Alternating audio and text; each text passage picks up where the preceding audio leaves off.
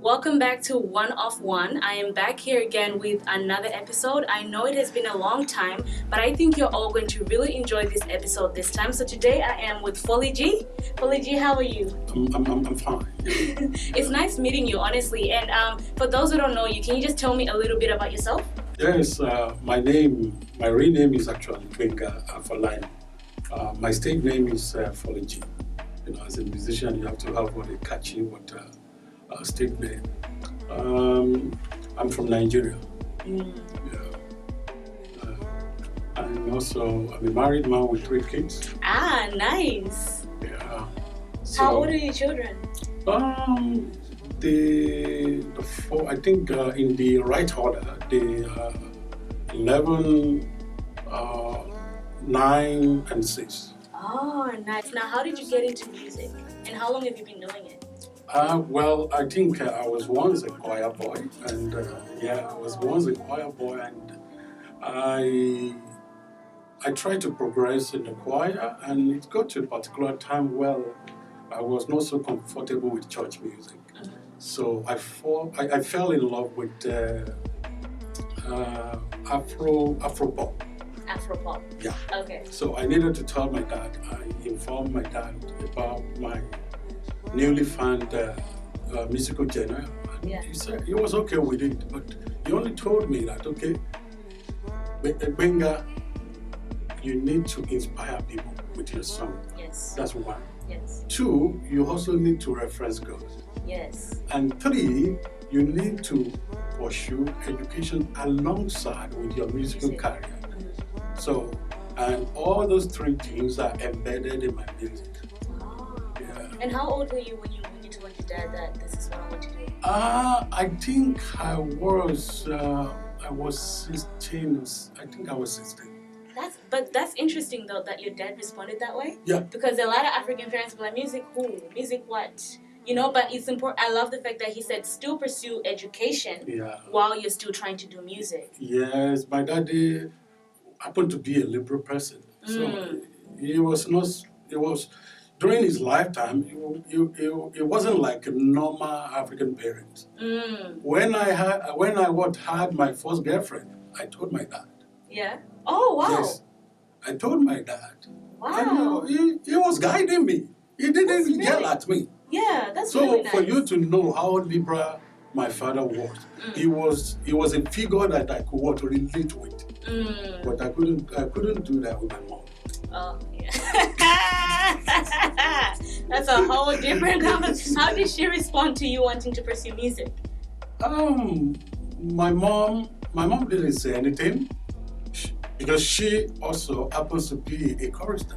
Oh, okay. So the only differences we had was that she was not so comfortable with Afro-pop. Afro-pop highlight music.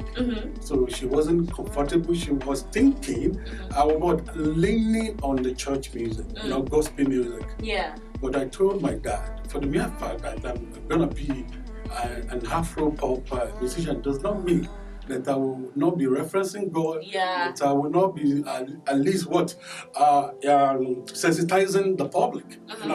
And if you look at my music, the 3 things that my dad told me, they are in the music. They are in the music. They are in the music. Now you've already kind of answered this. I was going to ask you what's your genre, and you've already said African pop, right? Yes, African pop. Yeah. And African pop has different styles. Yes. Depending on the context. Yes. For example, African pop in Shona will be different from African pop in Nigeria. Yes. In fact, in Nigeria it's even what complex because we are multi-ethnic group.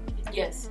So we have, but majorly we have Yoruba, we have Igbo, we have Hausa. Yeah. So my Afro-pop revolves around the readings of Yoruba people and Igbo people, and also Western harmonies, Western melodies, yes, and local drums. Yes. Yeah. Now I was you sent me some of your music and I was listening to it, and honestly, what is the purpose behind your music? Like what message you're trying to convey to people? Because when I was listening to it, especially when I heard The World I Imagine, and that's a beautiful song. It's coming from a really vulnerable place in your heart where you're saying that this is what I would hope to see, where people of two different races or cultures come together, be one. But the one that really touched me was Pray. That one was deep because it's like you touched on so many different topics in that song, and how you even say that you pray that another mother doesn't have to bury her children. You talked about kind of you pray that we all can carry each other and hold each other, like you see the same complexion, it means we are one. So we have to, you can't see a brother falling and just let them so I want you to just elaborate on first The World I Imagine. What inspired that song? I think what inspired that song is the current situation I find in Africa. My song revolves around liberation and giving voices to the voiceless, especially the marginalized communities. And that's what you will see in my song. I believe, I still believe in African unity.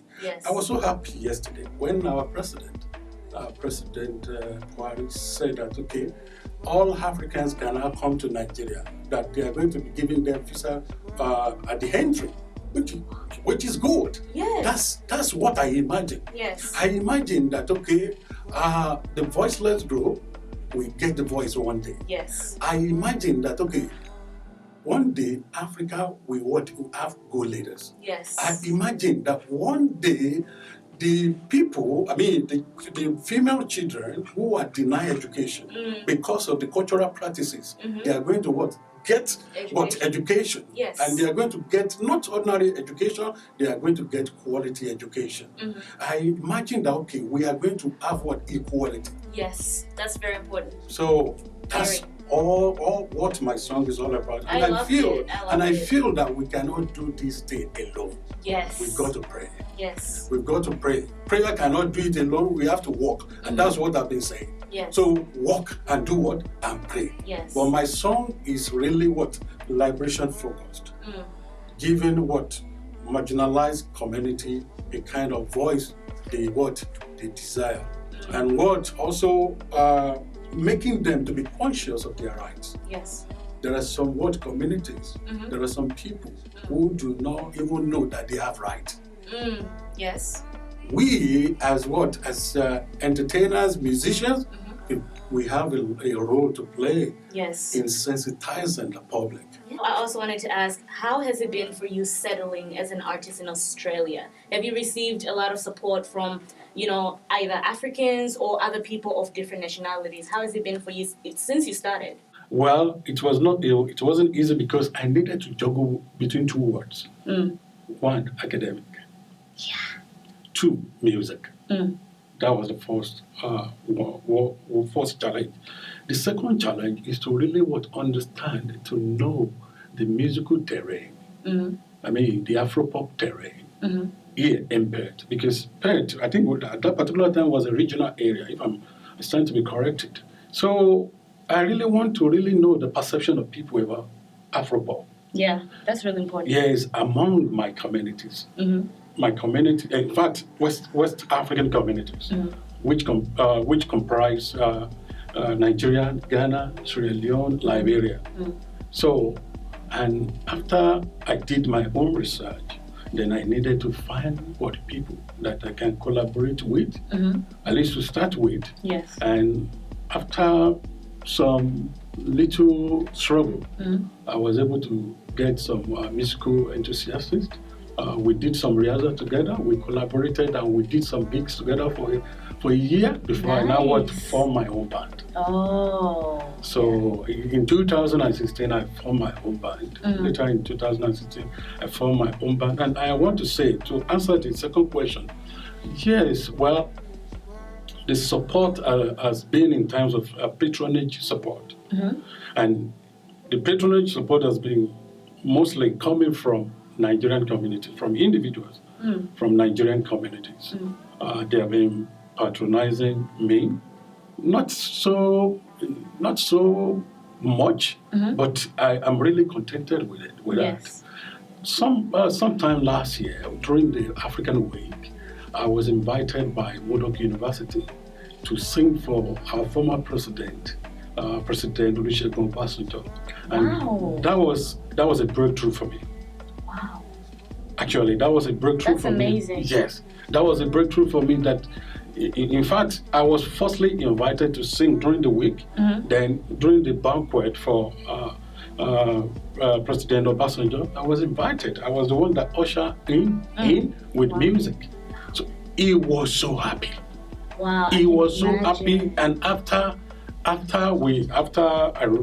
my rendition, and we needed to we had one-to-one discussion, which I never had when I was in Nigeria with president. Yeah. And that was so amazing. So he just finished PhD. Yes, I'm still wrapping up my PhD thesis. So he was so happy when he got to know my rector, my vice chancellor, introduced me, and she said, Gbenga is one of our doctoral students here in Woodok. This guy that just sang now, and fortunately, he's a Nigerian. Yeah. So that really gave me a kind of encouragement to really do more. Yeah. Or even confirmation as well, like I Yes. am on the right path. I'm on the right path. Yeah. And it was as a result of my involvement in last year African Week that made me to say, okay, Gbenga, it is time for for you to really go in this pathway. Then I worked my first album, which I titled Thankful. Yeah. Where one of the tracks there is The World I Imagine. Yeah. So, and yeah, I am. I've worked another record. Yeah. Just a few weeks ago, I released it. So I titled it Hope. So yeah. I love it. Yeah. Now, this is just, when I was listening to Pray, Yep. you touched on even depression, people who Yes. deal with mental health. Yes. And that kind of goes into the next question of, your involvement in talking about domestic violence towards men. Yeah. It's something that I've always kind of had an issue with, far as the silencing of it, because and I think sometimes people think that when you say that men also get, abused, people think you're overlooking what women go through, and it's really not the same thing. No. But I think that both parties need a voice. So how did you get involved in just kind of trying to create that platform to talk about, domestic violence does happen to men, not just domestic violence, rape happens to men. All kinds of abuse happen to men, but I think so many times men are just expected to be, to quickly get over it. That way they don't really need help, but they really do. Like, you'll be amazed how many males you meet and they have gone through some things that females go through, but there's just this silencing of it. How did you get involved in kind of speaking up? Well, actually, I've done a lot of research on violence against women, and in fact, all my research work from my undergraduate up to doctorate level, I've been female focused. So, but it didn't occur to me that men also normally experience violence. Yeah. The only thing I observed when I was in Europe, I was living in Europe in the Netherlands, was that among African communities, women are taking advantages of the lacuna in the law. To inflict pain on their men. So I noticed that. But I didn't take it serious until I got to Australia. And now I've been having direct experiences with people, with men who are, being confronted with violence by their wives, by their partners. Wow. All in the name that, the living laws of the land favor women. Yeah. So that's one. Two, I also noticed that men have been committing suicide in the last 2 years. Yes.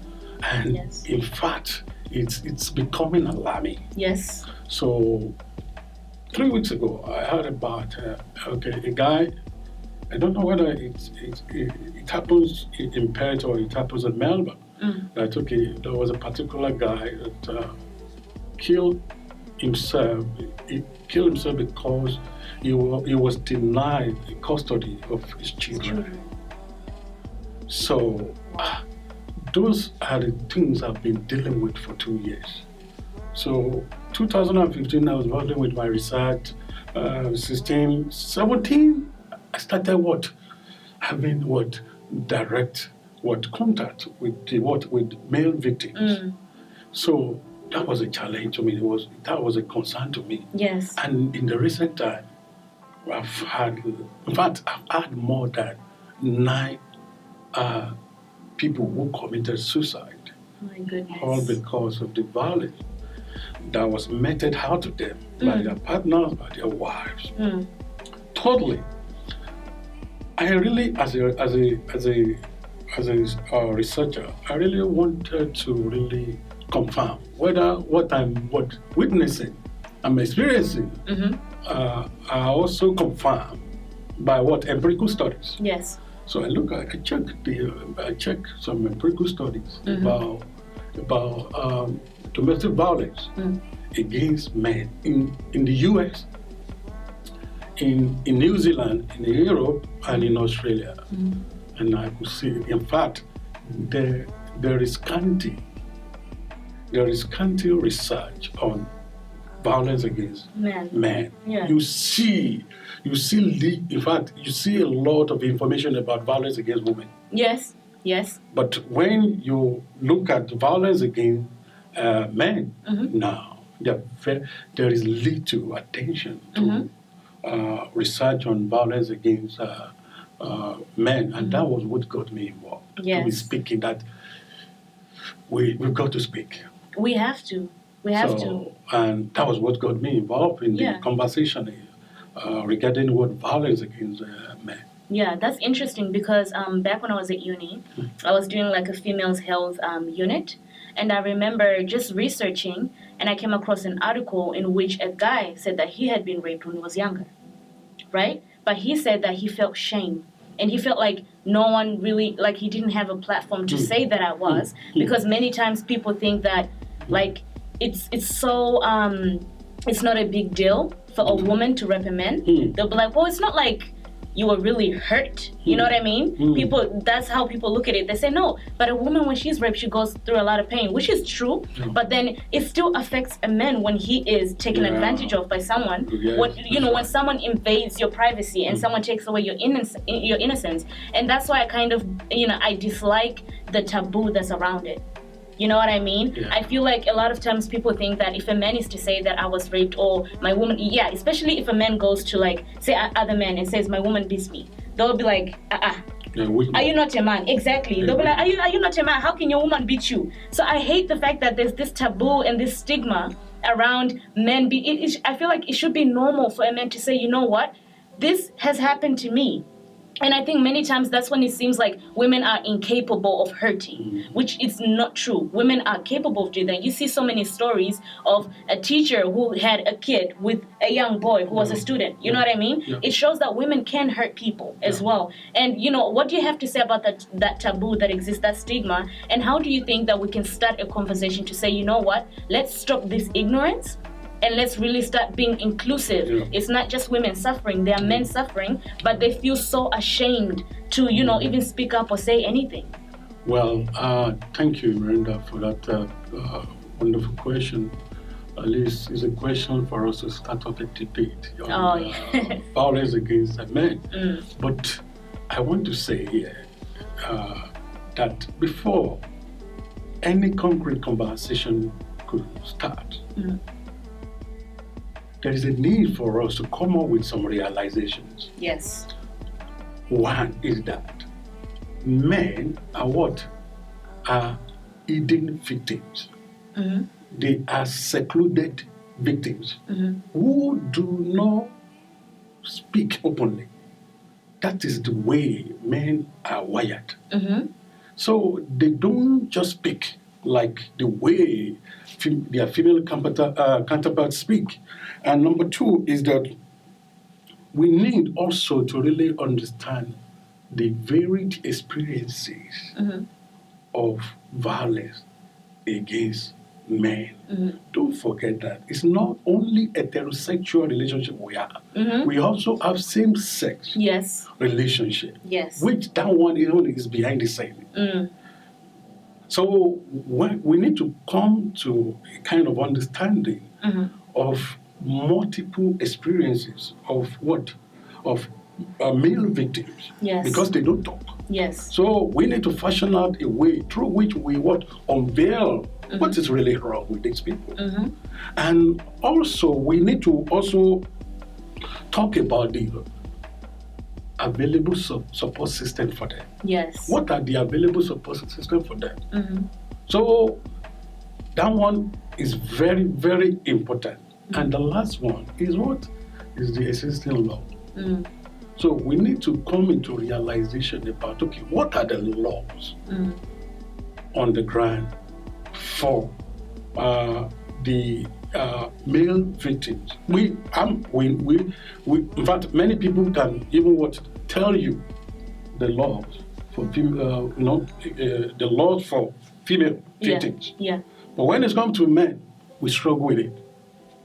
We don't even know where to start. So it is after we have come into realization of all these things of what I itemized, then our debate could be fruitful. Because this is a Western world where they believe on the evidence. Yeah. They believe on the available evidences before they act. Yeah. So if you do not have enough evidences, how are we going to start debating? They will just say, okay, we are just here probably to collect money for grants. Yes. So, and that's why we have to establish that. Having established that, it is a time for us to come to the table, invite all the stakeholders, law enforcement agencies, non-state actors, and state actors as well. We come onto the table. Okay, what are the things that are happening? Okay, these are the things that are happening among African communities. These are the things that are happening among Aboriginal communities. Yes. These are the things that are happening among the white Australian communities. These are the things that are happening even among students. Who are immigrants, who are, So that's our debate, a fruitful debate, conversation could start up. But if we do not have these evidences and we do not take a cursory look into all these areas, we may have problems somewhere. There's trouble, we may be stuck somewhere. We may be stuck somewhere. And like I've said, after we have come into this realization, then it will be very, very, very easy for us to come up with a robust conversation about how we can help our men. What works best for them? Yes. I agree with that because I remember when I was talking to a friend of mine before, she mentioned the fact that, there's an increase in suicidal rates within African men. And I think that we do need to expose certain things that are happening because we're going to keep losing more people because they're suffering alone. And I think over time, it has become easier, not all women, but it's become easier for women to speak. You know what I mean? We are more vocal about what we're going through and what we're dealing with. But I think with men, the reason why a lot of people are dying is that they feel like, who can I talk to? Or like they haven't even been taught how to talk, especially about like sensitive emotions, being vulnerable. I think that a lot of men find it hard. So the easiest way for them is either to take their lives or to get into addiction. They start drinking, they start smoking. Everything is just a distraction to what they're really dealing with and facing. And I think that we do need to expose it. Another reason why is because the more it is silenced and treated like it's something that doesn't happen, the more the abuse is going to continue. Because people do things that stay hidden. Because they know that, the society, the community we live in isn't for men, isn't for boys. So you find like uncles who are raping the young boys. You see people who are, molesting same-sex molestation, you see that because there is no voice about it. So people feel more confident to keep repeating it and keep doing it. And now we have more damaged people out there. We have more hurt people out there. And it's unfair. And I just wanted to ask you, how hard do you think it is for men to talk? Because I remember my sister and I were watching this show. It's called Iyanla. And she had about like 15 men who all had been raped. And some of them did not talk. And I think other ones started talking because they saw someone else break down and become vulnerable. But there were other ones who did not talk. They didn't know how to. They were just, and they didn't want to come off, weak. So then they would just have this tough face on and be like, I'm not broken, I'm not this. But they were raped continuously as children, And how hard do you think it is for men to talk about their emotions? I think it's pretty hard for men to talk about the victimization they have experienced. One, because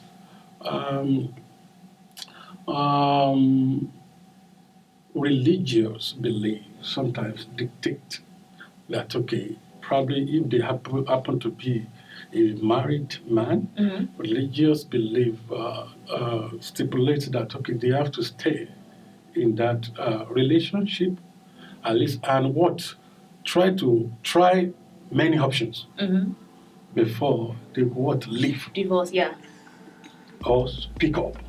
And that's one. Also, secondly, they feel ashamed. They feel ashamed that they have not been able, they have failed in their social role as a father, as a man, as a husband. So, and in addition to that is the male ego. Oh, yeah. That's, men don't cry. Lies. I wrote one article about social representation of disability among the female young adults in Nigeria. About 5 years ago, it's well cited on the web. You can check for it. When they see you as a person who is disabled in my country, thank God that people are now being civilized a bit. They feel that it was demons. That render you crippled. They say that in my country too. That it was demons or what the problems, the demons in your family that render you crippled. That if they trace their generation, the family in the family lineage, they will see some people who were disabled. So that is a kind of, in fact, some people say it's a cause. So those are the nuances, cultural nuances, a cultural representation that really make some men not to speak about the problem they are dealing with. How will I tell people that I am depressed? How will they perceive that? Even with my wife. Some wife, where did you? Well, some wife may even leave such man. In my life, my sisters, my elder sisters, my younger sister, we have never experienced this kind of things before. This is madness. And what is flowing in your family? Please, I don't want to be part of this. And they'll think you're not stable enough now to hold the family together. That's it. And I was going to say as well, like even here, there are services for depression. But I think in the mind of an African man, to just think I'm walking to a therapist or to a counselor, there's this they'll think over that 2 minutes and they'll just walk back and be like, no, what if people see me? It's about the way, the kind of perception. It's about perception. Is the perception, and that the perception they had from home has really affected their psyche. Do you understand? So when they see, in fact, that thing, the stimulus, we just quickly tell them, they will respond quickly to that stimulus. No, that they will just see me. What would they think? What do they think about me? What would they think about my illness?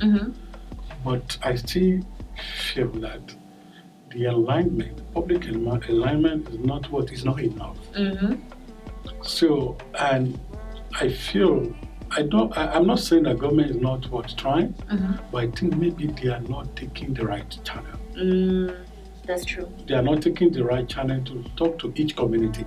For you to talk to sensitize Aboriginal community, you need to use their method. Yes. The method that is applicable to them. To them, not the way you not think the way it's you supposed to be think, done. not one size fit it all. Because it doesn't. It won't work. So that's it. Yeah. That's what makes a man not to just to cheer up to talk.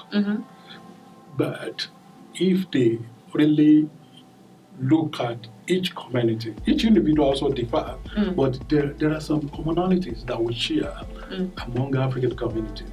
You used to stakeholders. Among the African community, we have our own pastors. Yes. We have our own professors. We have our NGOs. I wouldn't know whether you also have NGOs as well.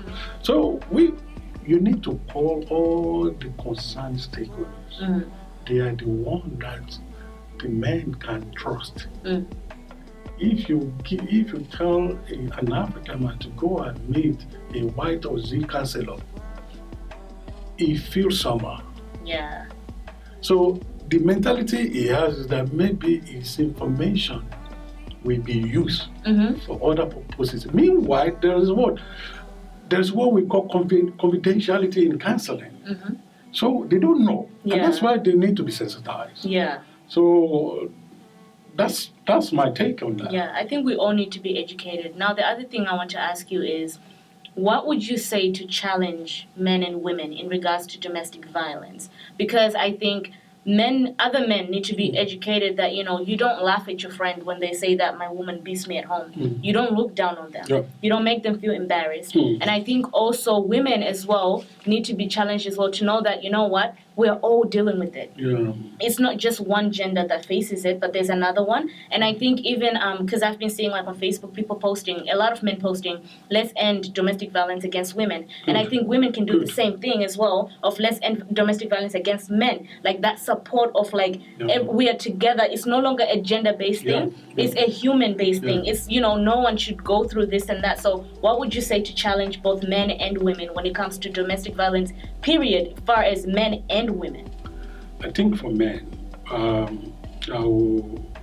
my advice, if I get your question, you are talking about the advice I could give to men and the advice I could give to women. Well, the first thing I would say to men is that they are not alone. Yes. For the mere fact that they find themselves in that situation does not mean that they are weak. And does not make them vulnerable to any other dangers. It makes them human beings that they have. That human beings, we are vulnerable to any problem. Yes. So they should not look down on themselves that, okay, they are weak. Or they should not say, okay, they are to be blamed. No. Because men, we are afraid when it comes to blaming them. Oh, you are the one that caused this. Yeah. So they should know that violence that is meted out to them is a problem, but they are not at fault. Yeah. So, and they are not alone on that. But what is important is that it is expected of them to speak out. Yes. The only way they can get help, they have to say something. They are expected to speak out. Who can they speak out to? Number one, friends. Yes. Men, there's a kind of free flow communication with our friends. Through playway method, you could just slot it in that, okay, this was what happened in my house last night. Just try. Trusted friend. Yes. By releasing that unwanted emotion, you have already relieved yourself. Yes. So when they talk, because they need to reach out to the people, to the professionals. In fact, professionals are the best. Because when you talk to friends, some friends may not be helpful, but when you talk to a professional like counselor, yes, like psychologist, like pastoral counselor, and I learned that some churches here in Perth also doing a kind of counseling services for men and women who are experiencing violent behaviors at home. For example, I know one church in Westport who do that as well. They have a kind of organization for that. They do a kind of counseling. I do go. I'm also part of it as well. So I think the main thing that is expected for a man to do is what I've said, that they are not at fault, they are not weak, and they just need to reach out to the public. The last one for men is that they need to come up with strategy. Sometimes for when you find yourself in violent incidents, you need to come up with strategy. Otherwise, you will find yourself in a hot soup. Yeah. Because the abusers could go behind you. Yeah. And lodge complaints against you. And now you look guilty. Yeah, you look guilty. Yeah. Number one is that they should try to look at what normally trigger that kind of violent behavior. And when it happens, when they try to get that, okay, that signal is blinking. They should learn to run away. They need to leave as soon as possible. Is a wise strategy. Yeah. When you know that, okay, there is a danger, you need to leave. And another thing, when you are leaving, because sometimes one of the missions of abuser is to provoke you. Yes. When they want to fight, they poke. Is to provoke you in such a way that you want to use force. Oh yeah. When you notice that okay, you are being provoked to retaliate, don't retaliate. Yes. So one of the strategies that men could devise, use, is that they should not retaliate. Because if you retaliate, you stand the chance of being arrested or being removed from your home. Yeah. So that is very, very important. Also, when you are running away, try to get evidence. Okay, yeah. So, and that's why you need to have at least your mobile phone, at least your driver's license, something that they could use to identify you. So get evidence. Try to get photographic evidence, at least that will show the injuries that have been inflicted on you. And meanwhile, go to the hospital, go to meet your doctor. Let them document that. Those are the things that you are going to use. If the situation warrants you going to the court. Yeah. These are strategies that are very, very important. And also, I would say, the last one for men is that they have to also obtain advice from non-NGOs, from professionals. Yes. There are some legal aid organizations who could even give them a kind of advice, because sometimes some men are just they are not knowledgeable. They retaliated. As a result of that, they removed them from home. So, and they are they find themselves in a dilemma, point of no return. So at that a particular time, is a time for you to recalibrate. Yeah. And try to seek help from those organizations. Yeah. I know there are not pretty much organizations that are dealing with violence against men, but we still have few ones that you can talk to. And if you can't find anyone, just call domestic violence helpline. Yeah, it doesn't have gender. It's for everyone. You don't see it for everyone. Yeah. Just do that. And my advice to women is, I'm not being sexist or this whole thing is not to say we are just focusing but I'm just men. focusing on men. But women also have pivotal roles to play. Yeah. Number one, my advice for women is that they should try as much as possible to maintain healthy and healthy and respectable relationship with your partner, irrespective of what happens. Let me tell you, conflict is part of our daily existence. Our tongue and our teeth divide. And that's why you bite your tongue. So you use your teeth sometimes to bite your tongue. But does that mean that you are going to fight with the teeth or you remove the teeth? No. No, you wouldn't do that. Yeah. Because you still use that to what? To eat meat. You use that meat to what? To, slash a lot of chicken. We need to tolerate ourselves. And I'm sorry to say, it's time to be corrected. When it gets to that level, most women are not so tolerable. They are intolerant because they are up there and they want to fire. Irrespective of what happens, you maintain your cool. And why? Because you are striving to maintain the kind of what healthy and respectable. And respectable what relationship. Let me tell you, nothing will come out of relationship if those things are not put in place. In fact, let me include what equitable relationship. We need to remove the African mentality, and I'm speaking to men as well. This was also applicable to men. You should remove that mentality you brought from Africa. That okay, it is women that will be doing everything. No. You have equal rights. There should be a kind of equal responsibility. Okay, I'm the one taking the children to the school today. Okay, yeah, you have to do this, you have to do that. Little incident just become a big issue. Yes. But when we, from the scratch, if we could maintain a kind of, and meanwhile it is in the hand of women,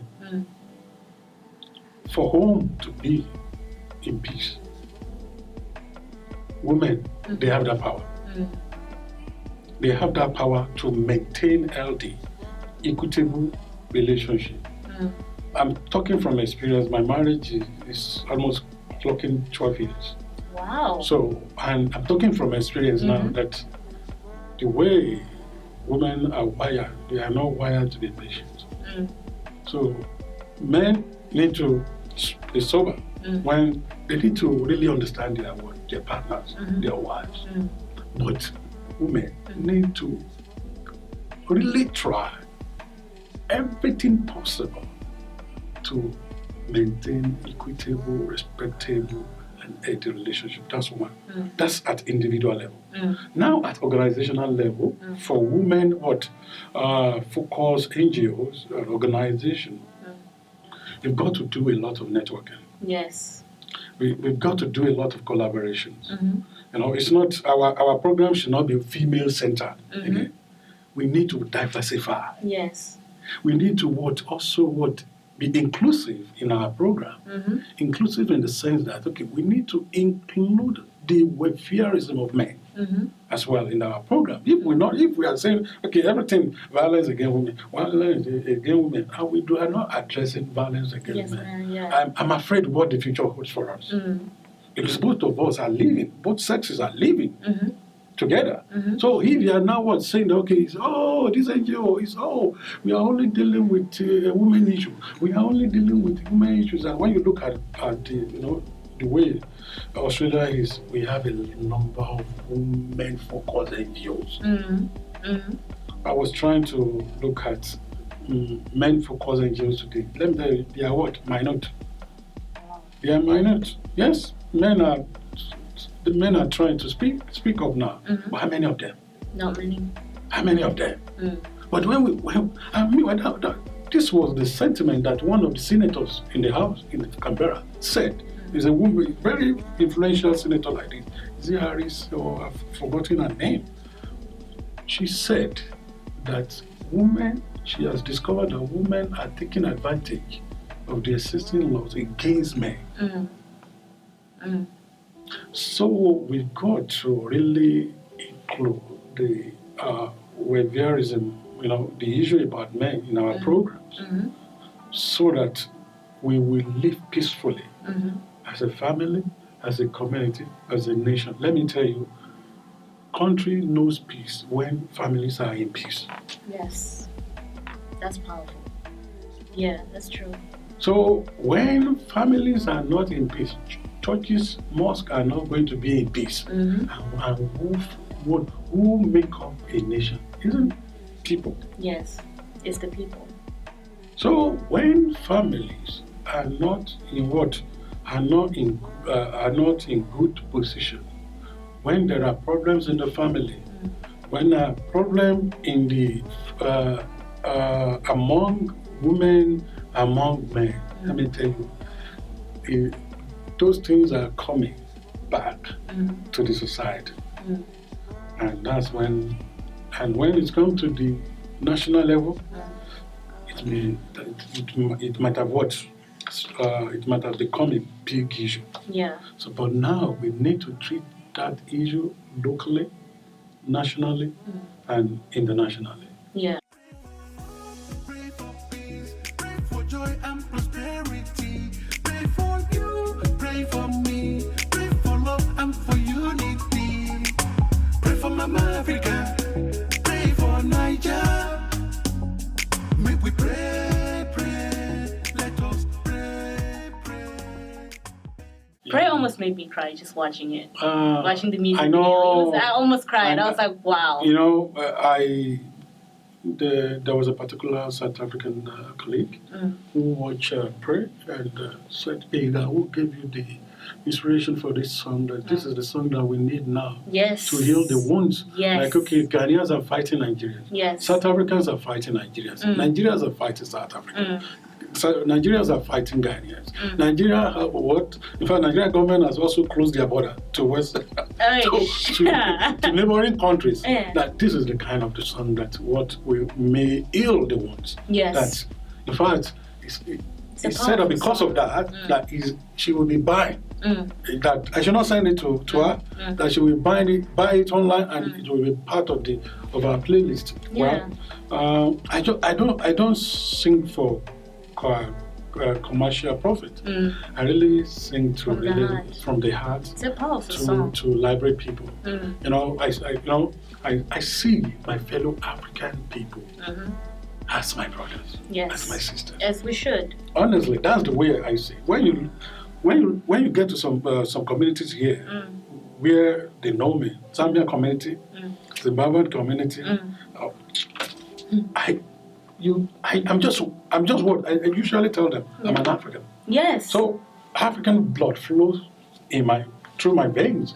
It's not about Nigeria. Yes, I know that one is another one, but I'm seeing my fellow black. Yeah. person. Yeah. So why am I going to probably be waging war against him or her? No, we should see ourselves as one. We left African shore. We came here, and we are still fighting. That doesn't make sense. It doesn't make sense. Now, I'm just excited for everything else that you have happening, coming out soon. Music videos, performances, everything. I'm excited to just see that growth, and you just keep on prospering, and having all this success. Now, I hope all good things to continue as far as your music is concerned. Amen. Well, thank you so much, guys, for watching. Until next time. See ya.